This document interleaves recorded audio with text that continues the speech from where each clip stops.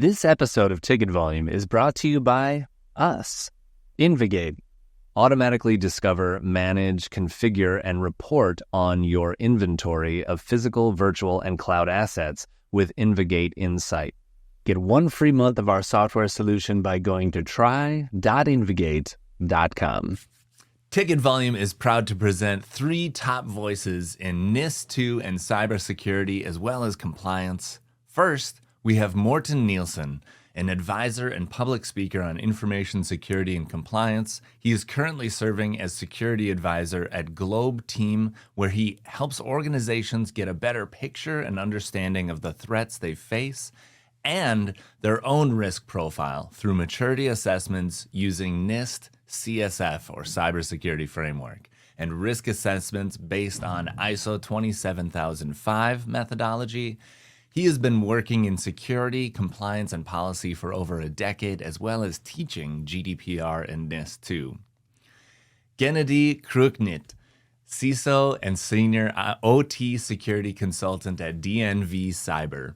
He has been guiding critical infrastructure utilities and heavy industry to manage risks and strengthen their cybersecurity as a consultant since 2018, and also working in compliance and policy since 2018. We are joined by Wathagi Ndungu, whose current role is Security Expert Group Manager at Zeiss Group. Wathagi drives and enables Zeiss-wide implementation for the EU or the European Union NIS2 directive. She also has served as a responsible AI consultant and data protection expert at Zeiss, as well as working in data protection and compliance at Engel & Volkers Technology GmbH. Welcome to Ticket Volume, where good service is good business. We share news and information for improving IT experiences, and I am your lucky host, Matt Beran, and I get to chat each week and month with different humans to share insights on service management, technology, business, and this episode is more of that goodness. I also hope that you're having a great week and a great month. I hope that you'll leave a comment, connect with us, maybe share our podcast with someone. Get involved, get us improving. This podcast is as much yours as it is mine. Now, let's begin. Welcome to Ticket Volume with Wathagi, Morten, and Gennady. Wow, thank you for that kind introduction. Yeah. Thanks for having us. Yeah. Yes, it was quite an introduction. All 3 of you bring such great passion and experience from your specific focuses. And thank you so much for being here. And we're going to get right into it because NIS2, it's something that's coming, right? And it's something that we've been working on and preparing for, and certainly our countries are preparing for. And so let's just start off with something really, really simple. I want to get your feelings. How do you feel about NIS2? What do you think, how does it make you feel as a professional in the industry? Does it give you confidence in the European Union? I would just love to know what your perspectives are as you're living through it as citizens of the European Union. Wathagi, let's get started with you. Yes, great. I feel optimistic. That's my feeling about NIS2. Because as we know, the original NIS directive had a lot of good intentions, but fell short due to its limited scope and the inconsistent implementation in the member states. So I think after reading a lot this NIS2 directive, I think it's correcting these past issues, and many have mentioned, it might become the gold standard for cybersecurity, and have probably a global effect. People call it the Brussels effect, like the GDPR did, the law on data protection and privacy. So yeah, I feel optimistic that we will be able to harmonize things. Yeah. Yes, excellent. I'm also hopeful that it spreads across the world. As an American, I hope that it makes its way across the globe because we could all benefit from some of these really important features. Gennady, what are you thinking? How are you feeling about it? Yeah, I really enjoy that it has a goal to harmonize cybersecurity across the European Union.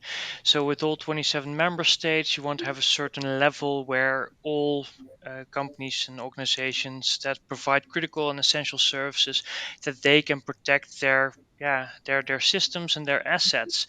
So that's great to see. But yeah, since the new directive was published 2 years ago, we've seen so many organizations still struggling with what do they really need to do. There are about 10 articles which say, yeah, you need to have cyber hygiene or you need to have access control. But still, it took a while for member states to transpose that directive into national laws, and I still see quite some diversity between the different countries. Yes, exactly. That's some cautious territory to be working in, right? How do we get the countries to set their standards, and then how do we actually put that into practice? Morten, what are you thinking? How are you feeling? You're not panicked, are you? Well, no, I shouldn't be, given that the 10 requirements in Article 21 are not that hard or new. It's something that everybody should have done for at least a decade. I think for me, what I really like about the directive is how it very explicitly places the accountability at the top level management, saying they are the ones that have certain requirements that they should fulfill. They need knowledge to be able to fulfill these roles, but they can also actually be sanctioned. And talking to management sometimes with about security can be hard. But when you say, well, we're also doing it for your safety, for the safety of your position, that kind of gets them more interested. And also compared to something like the GDPR, where it can be hard for organizations to understand why they're doing it, at least the specifics about it. Here, we're talking about we need to protect the reason, your license to operate. What's the foundation for your company? Because what you deliver to society is important and you need to protect that. So it's much easier to talk into the management, both about sanctions, but also about what they need to protect. And I like that because it's a better communication when you do that and they understand it. Yeah, yeah, you nailed it, man. It's great that we're putting some teeth behind this because that's what it's all about. It needs to actually have grip on people because otherwise we'll just fall into our same habits that we always have. And I also really like that you point out number one, we should have been doing a lot of these things, and certainly a lot of organizations are doing these things. And then number two, that it actually serves the leader's goals, right? That this isn't something where we're saying, you need to do this thing just to be safe for your customers or to have longevity as a business. But in reality, that is what's going to happen. Your business is going to have better longevity. And people will see you investing in some of these really important. I mean, take categorization of your assets, for example, just classifying them as critical or high priority assets. What a useful what a useful exercise for someone to go through, and for leaders to be forced to have that as part of their learning. What they understand about this framework, what they understand about their business, is such a great advantage. But what I really want to get into next is what specifically is happening, because you three are from different parts of the European Union. So I would love to know which countries are leading the way, which countries are lagging behind. How do you feel about your homeland? Are you getting involved there? I'd love to know. Let's go in the reverse order. Morten, what country do you think is leading the way? Well, I would have assumed until last week that it was Germany, given that Germany tends to be very at the forefront of this. But I was informed, and I'm glad to hear about that, that some Eastern European countries have actually already implemented the law. I can only be envious about that, given that in Denmark we have apparently not been able to even propose a law yet. And we've already announced that we will be at least 2.5 months delayed. So for me, everybody is panicking because they say, okay, we need to do something, but we don't know what to do exactly. And I keep saying, Article 21. It's 10 simple, not really simple to operationalize, but 10 simple requirements. And they keep saying, yeah, but what's the scope? Are we really within? What about our vendors? What about our customers? I was like, just start. There's so much to do without that you should have been doing. So yeah, Yeah. it Don't frustrates don't me. don't let perfect get in the way of good, right? I mean No. that's tough, and of course we can all see this happening in every organization, in every country. The bureaucracy gets in the way. We think about perfection in Denmark, Germany, and I believe it was Wathagi actually that pointed out specifically who's implementing this. So Wathagi, you've got the spotlight. Where have you seen? What have you heard? Yes. Currently, Hungary and Croatia have already implemented their acts. Their transposition laws, which is really cool to see. And I have not really read yet the Croatian law, so I don't know yet the gaps. But I have looked a little bit at a translated version of the Hungarian law. Of course, there's something gets lost always in translation, so that's why you need Yeah. local Hungarian speakers. And I would say the differences are not that many. And coming from a company that has a location, a legal entity in Hungary, it was important for us to know, okay, what do we need to do then now also in Hungary? And so that brings, I'm interested to also know what the gentlemen from the different countries have to say about this. On, do we need also a coordinated approach like the European Union between our companies? We treat it like a little EU in this, and or do we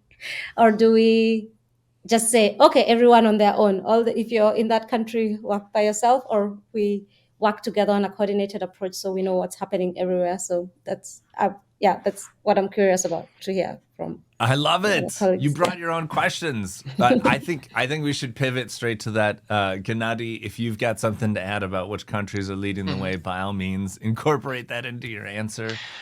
Yeah, definitely. So with some organizations that I've worked with, we had that question, okay, with all these different regulations, with all these different countries that we operate in, how do we actually decide which security requirement is best, or should we roll out? And from there, I've always looked at, go for a harmonized approach, make sure that whatever you do have some kind of efficiency going on, rather than having all these different tools in all these different places for all their little tasks, which are basically the same. So that's from a high level point of view. But then came, of course, also the question, okay, who do we follow? And some regulation is very detailed. So the German one had a whole Excel sheet of requirements that you could follow, whereas what we now and Belgium is also really good. They recently came with an implementation guideline, but for example, in the Netherlands is much more a laissez-faire approach. So there, they stand a bit back and then they look at, okay, you are the organization, you know your operations best. You need to do a risk-based approach and then define your what's need to be implemented. So that is organization dealt with it in different ways, but create a harmonized cybersecurity framework is something that I would go for, and also use an international standard for that, either ISO 27001 and 2 or IEC 6443 for the operational technology and automation environments. Morten, it looked like you had something on the Yeah. tip of your tongue. Please. Because when you say that Germany had a whole Excel sheet of requirements, I like that because it helps operationalize it for the companies. But maybe it should be a bit like the statement of applicability in ISO 27001, where these are the requirements, say which you follow and which you don't, and why you don't follow them. Because that's the risk-based approach, and you can use that approach on such a requirement list. But I would actually love to just have a list to show to people. What I'm going on right now is what the Danish Auditors Association think they need to audit to have a NIS2 audit statement. So that's the closest thing I've come to a list of requirements.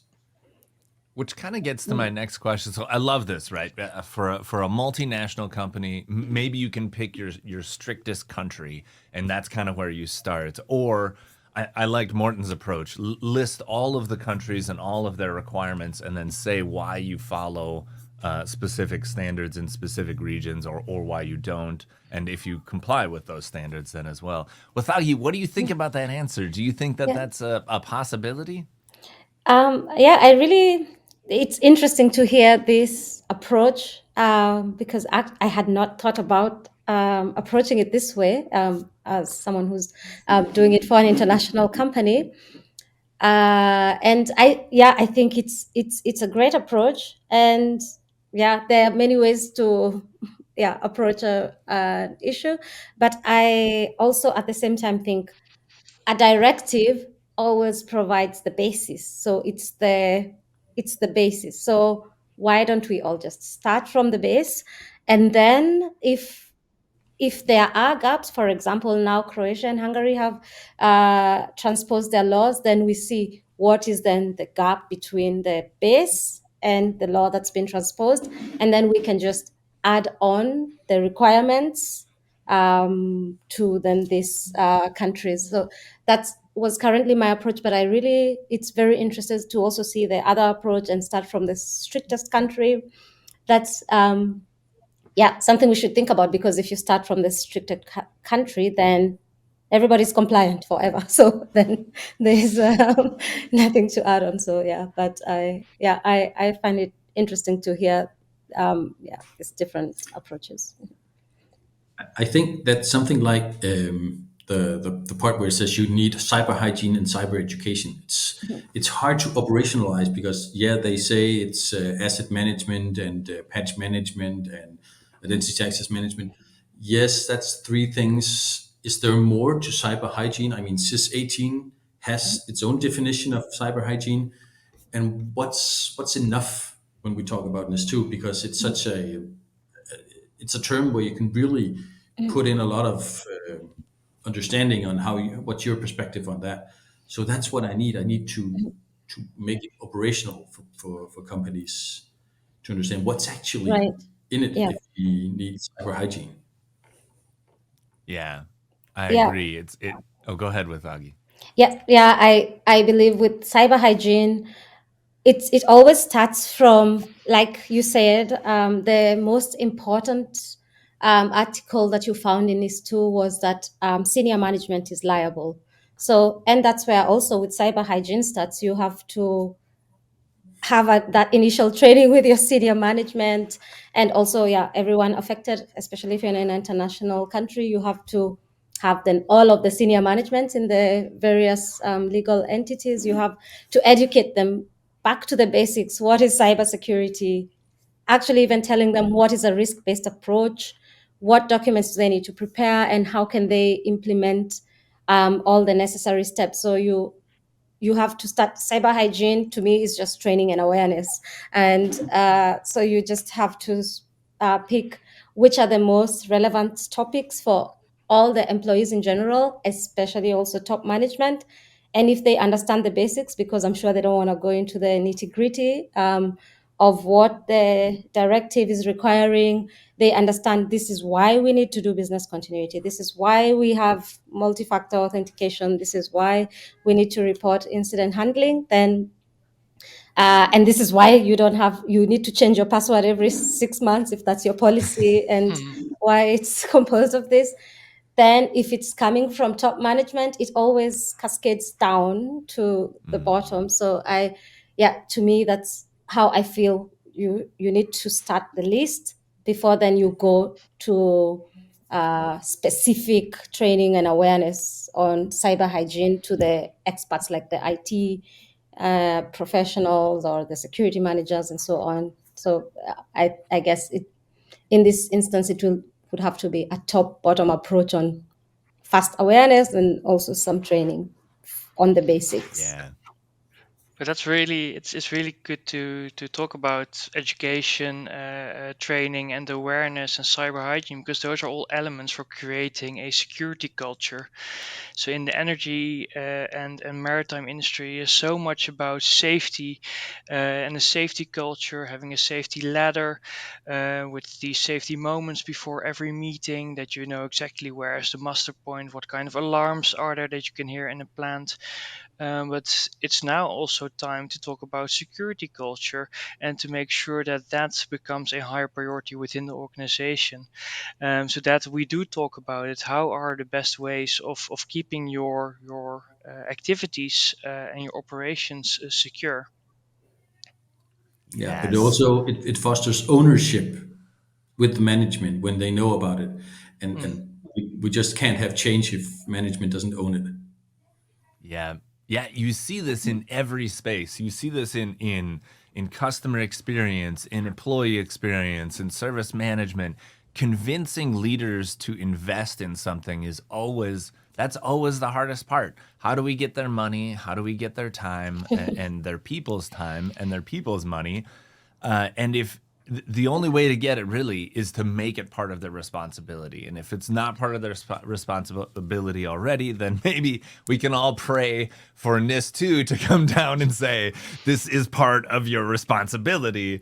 Yeah. But hopefully everyone sees that this is something that needed to happen, and we needed an onus. We needed a cut point, a catharsis to go through for organizations to really value this and put it into place, because it gets into those details. Like you said, they don't necessarily want to get into the nitty gritty of what this means, but they do want to, at least hopefully they'll want to trust their IT departments and trust the processes that are around the security protocols. So because we aren't leading organization, well, maybe some of us are leading organizations, but maybe we're not necessarily leading a NIS2 campaign. Let's get into the nitty gritty.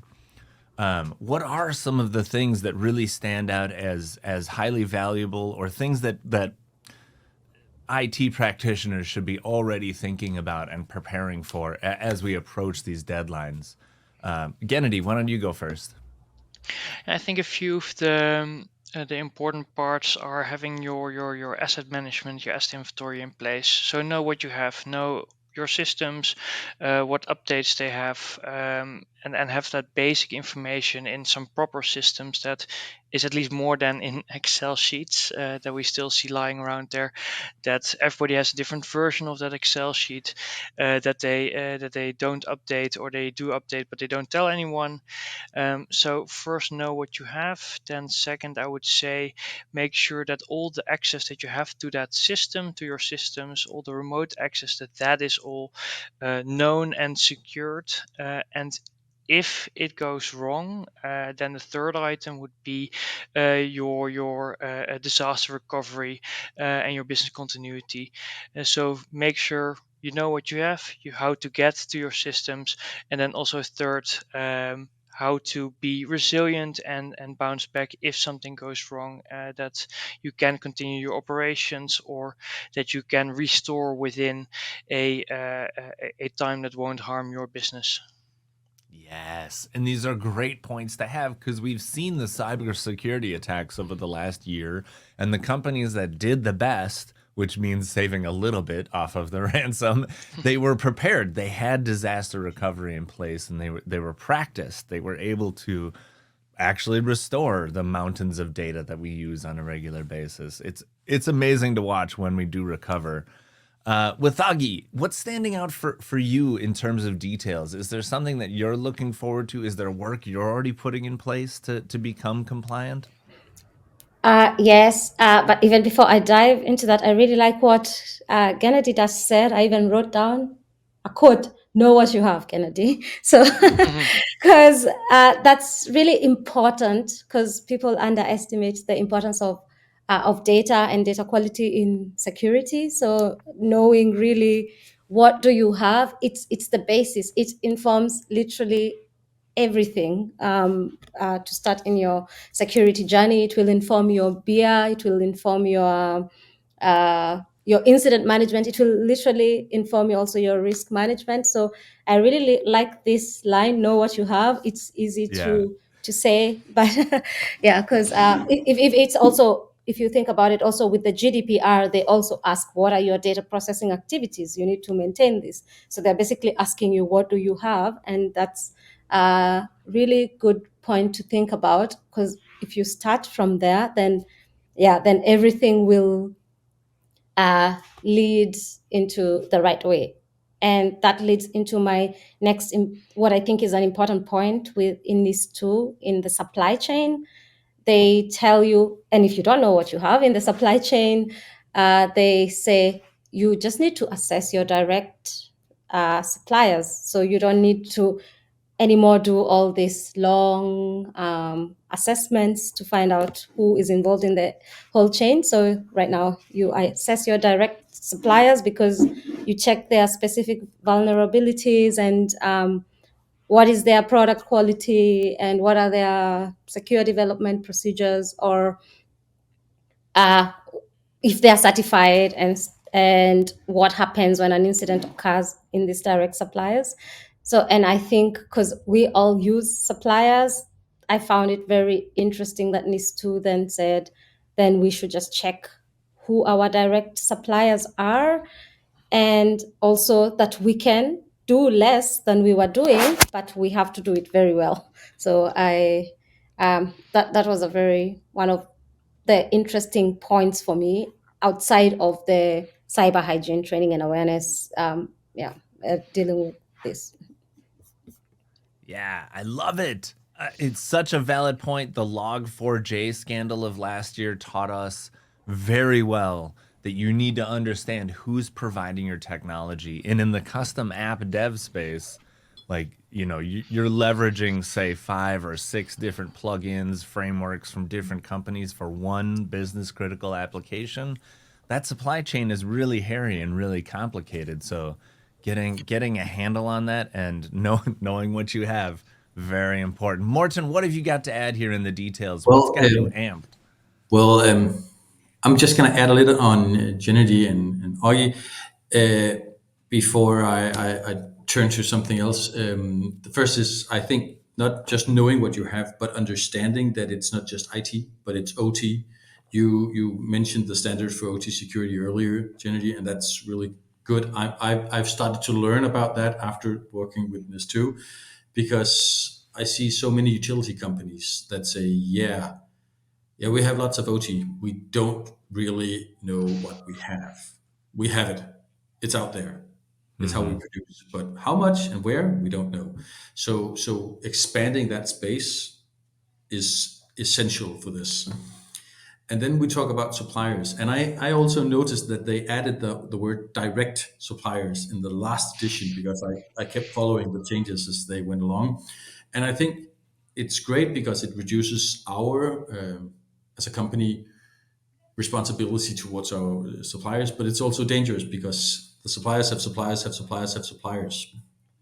I think in Denmark, I usually say our national railway, they are responsible for the company that runs the tracks. And they're responsible, they have a supplier that runs the system that changes the tracks. And they have a supplier, and they have a supplier, and they have a supplier. And if just one of these suppliers is down, the railways don't go. So even though it's just one, and we only check on them and set requirements for them, we need to make sure that they have requirements all the way through the supply chain. And a really good example of that is, and I think I can actually mention the company, given that he's told it on a few public conferences, is Danish Crown, which is a big company for producing bacon. They had assessed what were their critical suppliers. And then one day, the supplier who sends out trucks to pick up food waste was hacked in some way, and they couldn't send out the trucks. And that wasn't a problem until it became a problem, because Danish law says if you can't get rid of your food waste, you can't produce. So after a while, they stopped producing bacon, and their entire production went to a halt. So suddenly they found out, okay, suppliers is not just our hosting company or our Active Directory. It can be lots of different companies that have effects that we hadn't thought about until we actually experienced it. So I thought that was a great thing to have him talk about. Besides that, I Yes. really agree on the business continuity and the OT and the vendors, but also understanding that NIS2 is a new perspective on risk assessment. We have information security, that's ourselves. Then it's GDPR, it's all the people whose data we're processing. Now we're actually talking about, well, if we don't supply help, then that's a risk to society. And how does that affect Yeah. society if we can't produce? So it's a new perspective that we need to incorporate in our risk assessment, and that's actually hard. Yeah. If I could add on to that, I really like that you brought that point up and you put it very practically that critical infrastructure was taken out, yeah, with this food waste management. And I think in this situation, it's where then that's why we have the directive. Then this is where then I guess Denmark might be empowered to put in their own regulation that these kind of companies, even though it's a small company and not in the scope of NIS2, Denmark can decide to declare it an important entity or an essential entity because it is critical, as you said, and people didn't have any more bacon, and that's Well, bacon is that's critical, important. and maybe Yeah, these are critical. yeah, yeah. So, Yeah, I yeah, love that. With Bacon is critical. Yeah, totally fascinating. What an interesting conundrum, and it's something that, like, I think we're used to dealing with this in IT because if the complex services that support technology, communications, collaborations go down, we start to hear about it. But you're right. The real value is in us operating as an organization. What vendors are we dependent on? What I really like is the example of food waste because we think about waste as an afterthought. It's not part of the service. It's not directly impacting revenue. It's not directly impacting customer value.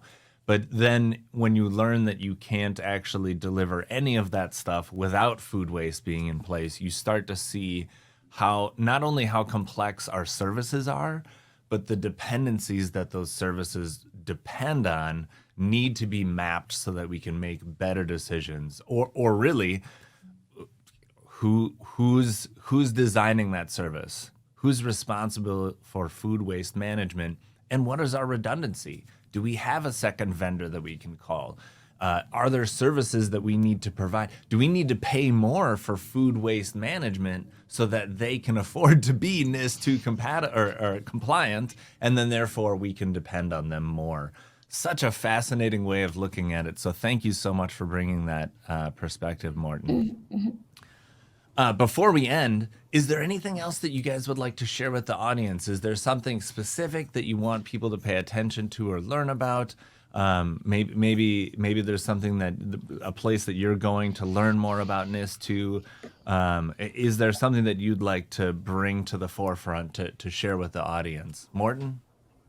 Well, given that we're talking about national implementation, it's hard to have a common space to look at things. I know ENISA has some things where they look at standards and write documents about threats and stuff like that. That could be interesting.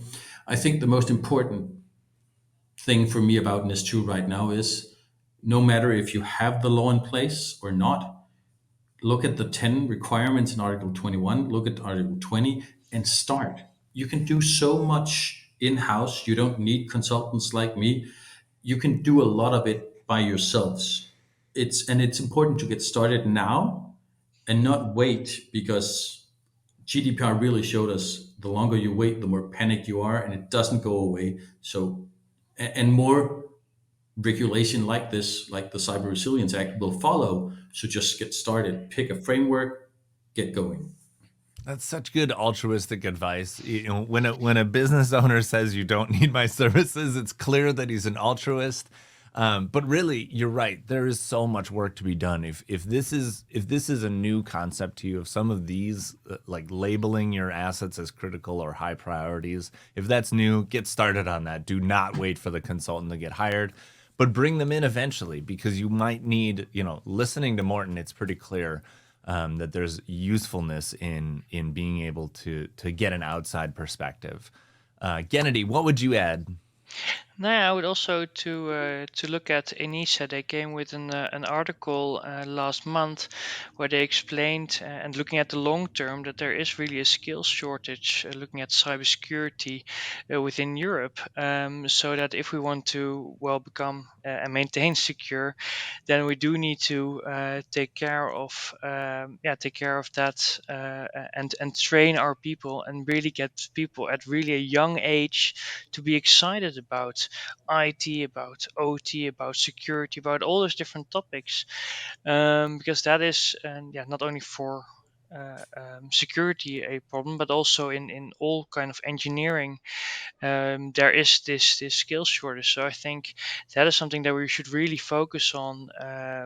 One, look at how do we get young people to get excited about it, but also look into your organization. Who do you currently have that is just excited about the topic, but that you can upskill to know more about security and compliance. And Wathagi, from your practical perspective, you're in this, you're trying to change your organization every day, and the culture of security in your organization. What would you tell people to look out for, or what are you excited about? Yeah, I can only underline what the gentleman just said. You already have something. If you've been doing any security in your organization, you already have something. So you are not starting from zero. There have been all these other regulations before. There's been DORA, CR, GDPR. There's been so many of them. That means you've for sure been compliant to some extent with some of them. So you have something.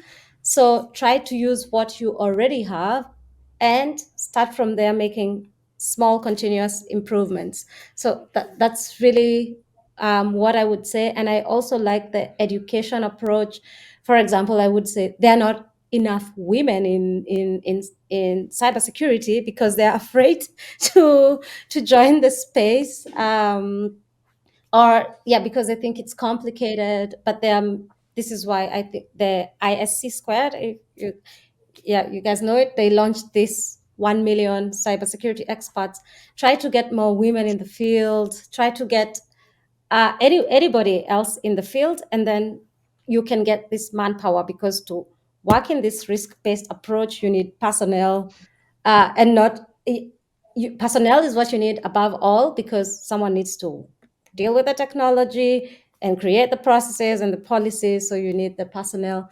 So that's I can only underscore what everybody just said, because it makes sense. And start at home. What do you already have, and work your way up from there. What a great addition. Totally true. You cannot simply buy a tool and be compliant. You need to hire, you need to train, you need experience, and you need people, because a tool isn't going to just fix this for you. It's just straight up too complicated still, right? Okay. Then I want to take a moment and just thank each of you for being here, taking the time to share what you're passionate about, and taking the time to share what you've learned about NIS2 with the greater audience and with the internet. I greatly, greatly appreciate it. Thank you so much for your time. Thanks for being on Ticket Volume. Thank you for having us. Thank you so much for having us. It was good to pleasure. learn Thank you very from much. everybody. Yes, it was great to learn from you all. And for our audience, thanks for turning up the ticket volume. We've got some great episodes coming up, so please register to get alerts on new episodes at invigate.com/ticket-volume or ticketvolume.com. To also get a free map of IT tools to enhance your IT support offering, the link is also in the description. Thank you for listening to Ticket Volume. You can change and improve this podcast by DMing me or leaving a comment. And speaking of Ticket Volume, did you know that this podcast is brought to you by Invigate? It's a fit-for-purpose service desk solution with integrated asset management designed to let you focus on supporting your organization without arduous implementations and a team of 20 developers to manage the system. In fact, IT teams from Toyota, NASA, and McDonald's use small teams to manage requests and automate workflows and centralize inventory all within Invigate so that they can focus on delivering better service, because good service is good business.